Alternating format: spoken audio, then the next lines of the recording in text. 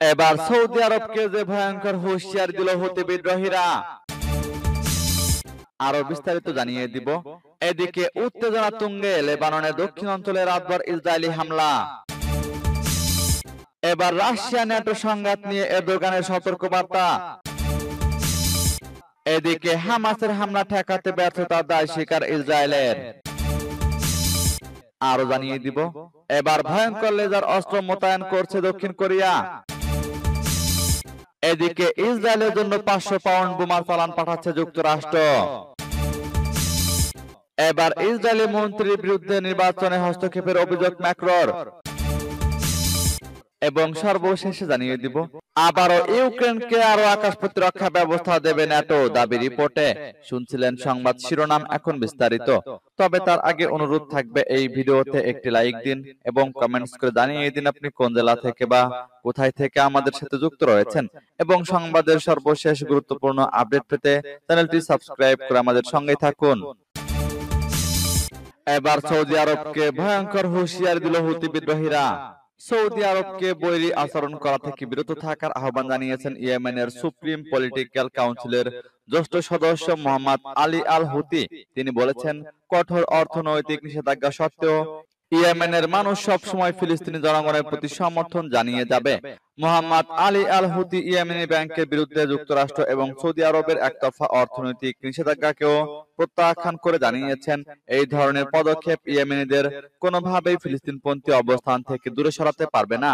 আল হুতি বলেছেন, ইয়েমেনি জনগণ ভালো করেই জানে, যারা তাদের মজুরি লক্ষ্য করে তারাই একই ব্যক্তি যারা তাদের অর্থনীতিকে লক্ষ্য করে, তারাই বেসামরিক কর্মচারীদের বেতন কমিয়েছে।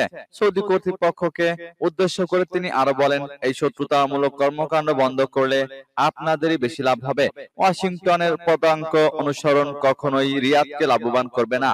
হুতি জোর দিয়ে বলেছেন, ধাপে ধাপে অর্থনৈতিক নিষেধাজ্ঞা এবং আর্থিক অবরোধ কখনোই ইয়েমেনি জাতির অবস্থান এবং গাজা নিপীড়িত ফিলিস্তিনিদের প্রতি জানানো সংহতিকে দুর্বল করতে পারবে না।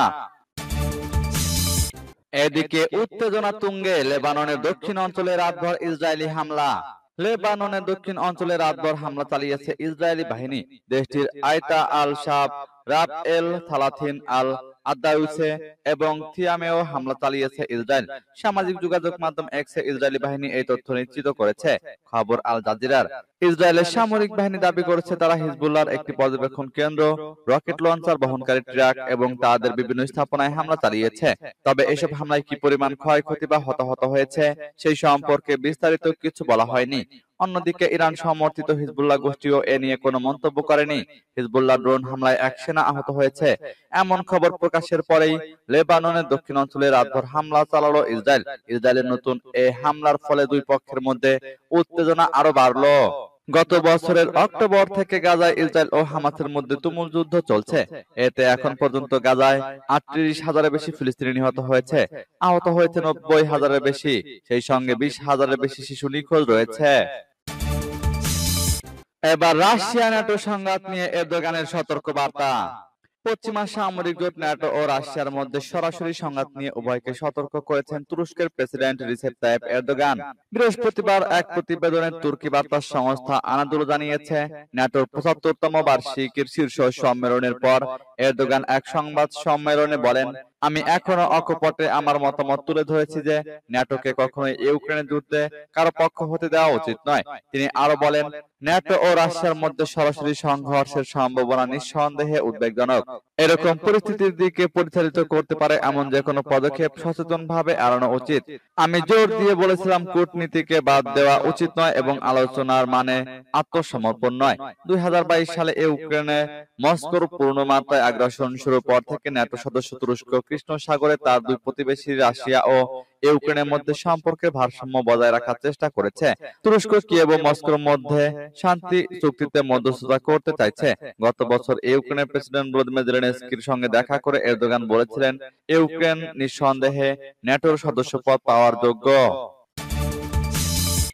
এদিকে হামাসের হামলা ঠেকাতে ব্যর্থতার দায় স্বীকার ইসরায়েলের। ফিলিস্তিনের স্বাধীনতাকামী গোষ্ঠী হামাসের নজিরবিহীন হামলায় নিজেদের নাগরিকদের নিরাপত্তা দিতে ব্যর্থ হবার কথা স্বীকার করেছে ইসরায়েল। গত বছরের 7 অক্টোবর ইসরায়েলের ভূখণ্ডে হামলা চালায় হামাস। ওই হামলার অন্যতম ক্ষতিগ্রস্ত একটি এলাকা হলো কিব্রুস বেরি। এই হামলার সময় সেখানকার জনগণকে রক্ষা করতে ব্যর্থ হয়েছে ইসরায়েলি সেনাবাহিনী। এই ঘটনার প্রথম তদন্তে সামরিক বাহিনীর নিরাপত্তা ব্যর্থতার বিষয়টি উঠে এসেছে। বৃহস্পতিবার বার্তা সংস্থা রয়টার্সের প্রতিবেদনে বলা হয়, 7 অক্টোবর হামাসের হামলায় বেরির 1000 লোকের মধ্যে 100 জনের বেশি নিহত হয়েছেন। এছাড়া অন্তত 32 জনকে জিম্মি করা হয়, যাদের মধ্যে এখনো 11 জন হামাসের হাতে বন্দী রয়েছেন। ইসরায়েলি সামরিক বাহিনী জানিয়েছে, তদন্তে এই দিনের ঘটনা, লড়াই এবং নিরাপত্তা বাহিনীর আচরণ পরীক্ষা করা হয়েছে। হামলার ঘটনায় নিরাপত্তা বাহিনী ব্যর্থতার স্বীকারের পাশাপাশি সেখানকার বাসিন্দাদের সাহসিকতার প্রশংসা করা হয়েছে। তদন্তে দেখা গেছে, ইসরায়েলে হামাস যোদ্ধাদের ব্যাপক অনুপ্রবেশের ঘটনায় সেনাবাহিনী অপ্রস্তুত ছিল। এলাকায় অপর্যাপ্ত সেনাবাহিনী এবং দুপুর পর্যন্ত ঘটনাগুলোর বিষয়ে স্পষ্ট ছিল না। ফলে তারা হামলা শুরুর কয়েক ঘন্টা পরও বাসিন্দাদের সঠিকভাবে সতর্ক করতে পারেনি। এছাড়া এদিনের লড়াই ছিল সমন্বয়হীন। এবার ভয়ঙ্কর লেজার অস্ত্র মোতায়েন করছে দক্ষিণ কোরিয়া। উত্তরের সঙ্গে করা 77 বছরের চুক্তি ভেঙে প্রথমবারের মতো ভয়ঙ্কর ধরনের লেজার অস্ত্র মোতায়েন করতে যাচ্ছে দক্ষিণ কোরিয়া। উত্তর কোরিয়া ড্রোন ভূপাতিত করতে এ ধরনের অস্ত্রের ব্যবহার শুরু করতে যাচ্ছে সিওল। তাছাড়া সেনাবাহিনীতে এই ধরনের অস্ত্র মোতায়েনে বিশ্বের প্রথম দেশ হতে যাচ্ছে দক্ষিণ কোরিয়া। দেশটির অস্ত্র সংগ্রহ সংস্থা বৃহস্পতিবার এ তথ্য প্রকাশ করেছে বলে খবর দিয়েছে ব্রিটিশ বার্তা সংস্থা রয়টার্স। প্রতিরক্ষা বিষয়ক প্রশাসন এক বিবৃতিতে জানিয়েছে, সামরিক বাহিনী হেনহুয়া এরোস্পেস সংস্থায় সহায়তা ড্রোন বিধ্বংসী লেজার অস্ত্র তৈরি করেছে। অত্যাধুনিক প্রযুক্তি নির্ভর এই অস্ত্রটি কার্যকর এবং তুলনামূলক সাশ্রয়ী। প্রতিবার লেজার আক্রমণে খরচ হবে মাত্র $1.5। এই লেজারটি নীরব এবং অদৃশ্য। সংস্থাটি আরো জানিয়েছে, আমাদের দেশ লেজার অস্ত্র মোতায়েন ও পরিচালনার জন্য বিশ্বে প্রথম দেশ হয়ে উঠছে। উত্তর কোরিয়া ড্রোন উস্কানি যথাযথ ও কড়া জবাব দিতে এমনটি করা হচ্ছে। এই অস্ত্রগুলোকে ভবিষ্যতে যুদ্ধক্ষেত্রে একটি গেম চেঞ্জার হিসেবে অভিহিত করা হচ্ছে। লেজার অস্ত্রগুলো 10 থেকে 20 সেকেন্ডের মধ্যে আলোর রশ্মির মাধ্যমে ড্রোনের ইঞ্জিন বা অন্যান্য বৈদ্যুতিক সরঞ্জাম পুড়িয়ে উড়ন্ত ড্রোনকে ধ্বংস করবে। দক্ষিণ কোরিয়া তাদের লেজার প্রোগ্রামকে স্টার ওয়ার্স প্রজেক্ট বলে অভিহিত করেছে। এদিকে ইসরায়েলের জন্য 500 পাউন্ড বোমার চালান পাঠাচ্ছে যুক্তরাষ্ট্র। ইসরায়েলের জন্য 2000 পাউন্ড বোমার চালান স্থগিত করার পর এবার 500 পাউন্ড বোমা পাঠাচ্ছে যুক্তরাষ্ট্র। বৃহস্পতিবার একজন মার্কিন কর্মকর্তা এই তথ্য জানান। জনাকীর্ণ এলাকায় ব্যবহার করা হতে পারে এমন উদ্বেগ থেকে গত মে মাসের শুরুর দিকে যুক্তরাষ্ট্র ইসরায়েলের জন্য 2000 পাউন্ড বোমা চালান স্থগিত করেছিল। কারণ তখন গাজার দক্ষিণাঞ্চলীয় রাফায় বড় ধরনের স্থল অভিযানের প্রস্তুতি নিচ্ছিল ইসরায়েল। যুক্তরাষ্ট্র সরকার ওই অভিযান শুরু করার ব্যাপারে বিরোধিতা করেছিল। তবে যুক্তরাষ্ট্রের এই কর্মকর্তা বলেন, এখন রাফায় ইসরায়েল অভিযান বন্ধের ঘোষণা দেওয়ায় দেশটিতে এখন 500 পাউন্ড বোমা পাঠানো হচ্ছে।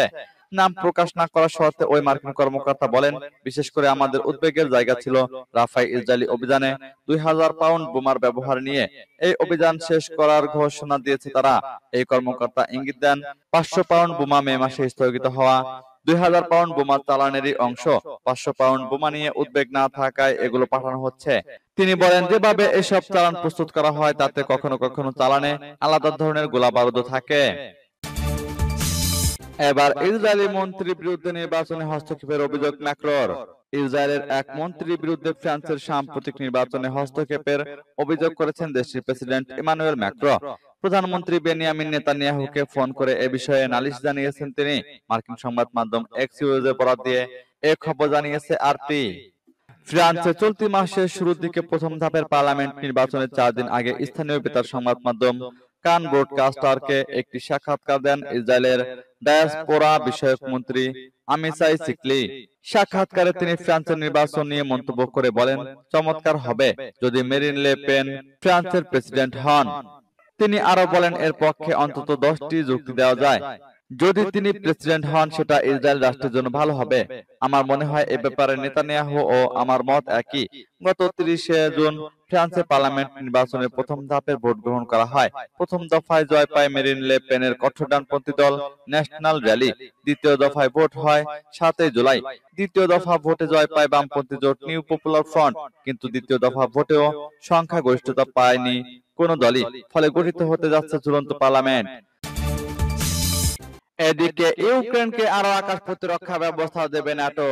75 বছরে পা দিয়েছে ন্যাটো, আর সেই সময়েই ওয়াশিংটনে বসেছে ন্যাটোর সম্মেলন। প্রথম দিন উদ্বোধনী ভাষণ দিয়েছেন মার্কিন প্রেসিডেন্ট জো বাইডেন। বক্তৃতায় একটি উল্লেখযোগ্য বিষয়ে কথা বলেছেন তিনি। জানিয়েছেন রাশিয়াকে রুখতে ইউক্রেনকে আরো এয়ার ডিফেন্স সিস্টেম দেওয়া হবে। অতীতে এই সিস্টেম ইউক্রেনকে রাশিয়ার আক্রমণের হাত থেকে রক্ষা করেছে। বাইডেনের এই ঘোষণার কিছুক্ষণের মধ্যেই ধন্যবাদ জানিয়ে বিবৃতি দেন ইউক্রেনের প্রেসিডেন্ট ভলোদিমির জেলেনস্কি। তবে একই সঙ্গে তার আবেদন আমেরিকা সহ পশ্চিমা দেশগুলোকে এই সিস্টেম দ্রুত দিতে হবে। রাশিয়াকে ঠেকাতে আরো সাহায্য প্রয়োজন ইউক্রেনের। একই সঙ্গে জেলেনস্কি বলেছেন আমেরিকায় নির্বাচনের আগেই যেন এই ডিফেন্স সিস্টেম ইউক্রেনের হাতে তুলে দেওয়া হয়। শুধু আমেরিকা নয়, জার্মানি, রোমানিয়া, ইতালি, নেদারল্যান্ডসকেও ধন্যবাদ দিয়েছেন তিনি এই প্রস্তাবে সহমত হওয়ার জন্য। জেলেনস্কি বলেছেন এই ডিফেন্স সিস্টেমের সাহায্যে রাশিয়ার ক্রমাগত ড্রোন আক্রমণ প্রতিহত করা যাবে। ওয়াশিংটনে এদিন জেলেনস্কি একটি বিষয়ে অত্যন্ত সোচ্চার ছিলেন। তিনি বলেছেন নভেম্বরে আমেরিকা নির্বাচন, তার আগে যেন রাশিয়ার বিরুদ্ধে আরো কড়া পদক্ষেপ নেয় পশ্চিমা দেশগুলি। নির্বাচন পর্যন্ত যেন অপেক্ষা করা না হয়।